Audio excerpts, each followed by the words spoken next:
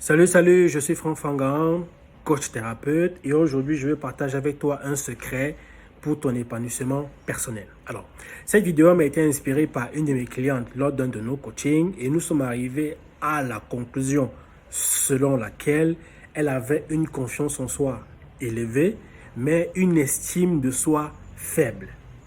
Et je me suis dit, après avoir écouté aussi d'autres personnes pendant les coachings, avant et après elles, je me suis rendu compte que beaucoup de femmes ne savent pas faire la différence entre la confiance en soi et l'estime de soi. Donc, pour que ça puisse aider le maximum des personnes, je vais te dire ce que j'en pense. Et pour que je sois le plus cohérent, le plus correct possible, j'ai préféré prendre des notes pour partager avec toi. Donc, désolé si je lis et ça te dérange. Alors, l'estime de soi est la manière dont nous nous percevons.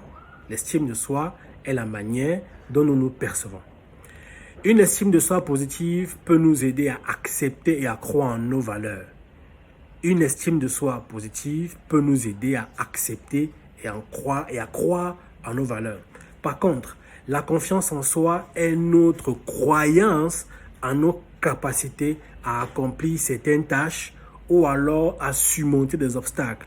La confiance en soi est notre croyance à accomplir certaines tâches ou à surmonter certains obstacles. Et plus notre confiance en soi est élevée, plus nous sommes prêts à relever les défis. Donc, l'estime de soi, c'est notre perception. La confiance en soi, c'est notre croyance en nos capacités. Et pour aller un peu plus loin, certes, j'ai déjà mis les bases, c'est-à-dire défini, et peut-être faire la différence parce que c'est le titre de la vidéo. Mais je vais vous donner une astuce pour chaque paramètre pour pouvoir aller plus loin ou alors à résoudre le problème. Alors, pour développer une estime de soi positive, vous pouvez commencer à pratiquer ce qu'on appelle l'autocompassion. C'est-à-dire que vous devez être bienveillante envers vous-même et vous ne devez pas vous juger de manière sévère.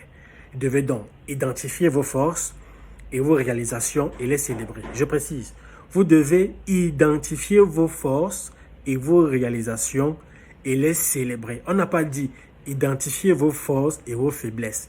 Je parle ici d'une estime de soi positive. Donc, vous devez identifier uniquement vos forces et aussi vos réalisations et les célébrer. Ça va créer un sentiment qui va faire en sorte que vous allez vous voir différemment. Parce qu'on a dit l'estime de soi est la perception que nous avons de nous-mêmes. Donc, lorsque tu célèbres tes forces, lorsque tu célèbres tes petites réalisations, même si elles sont infimes comment, ça renforce ton estime de soi. Maintenant, pour développer votre confiance en soi, vous devez vous fixer des objectifs réalisables. C'est-à-dire que tu te lèves pas un matin, tu dis que tu veux devenir multimillionnaire. Ça, c'est impossible. Donc, pour développer la confiance en soi, il faut définir ou alors fixer des objectifs réalisables. Maintenant, vous devez commencer par des modestes, puis progresser au plus important. Et lorsque vous atteignez ces objectifs-là, ça renforce votre confiance en vos capacités. Parce que plus haut, on a dit que la confiance en soi est la croyance en nos capacités. Donc, si tu te fixes des objectifs réalisables et puis progressivement, tu essaies d'augmenter tes objectifs, tu vas voir qu'au finish, tu auras renforcé ta croyance en tes capacités. Maintenant, pour finir la vidéo, parce que j'ai prévu que ça ne doit pas dépasser les 5 minutes, les deux piliers, du moins la confiance en soi et l'estime de soi, sont interconnectés et importants pour votre vie, pour votre épanouissement, pour votre réussite. Parce qu'une estime de soi saine peut renforcer votre confiance en soi et vice-versa. Il est possible, par contre, il est possible d'avoir une estime de soi positive tout en manquant de confiance en soi dans certains domaines. Il est possible d'avoir une estime de soi positive et de manquer la confiance en soi dans certains domaines et vice-versa. Donc, vous pouvez avoir une confiance en soi comme ma cliente qui était élevée, mais une estime de soi faible.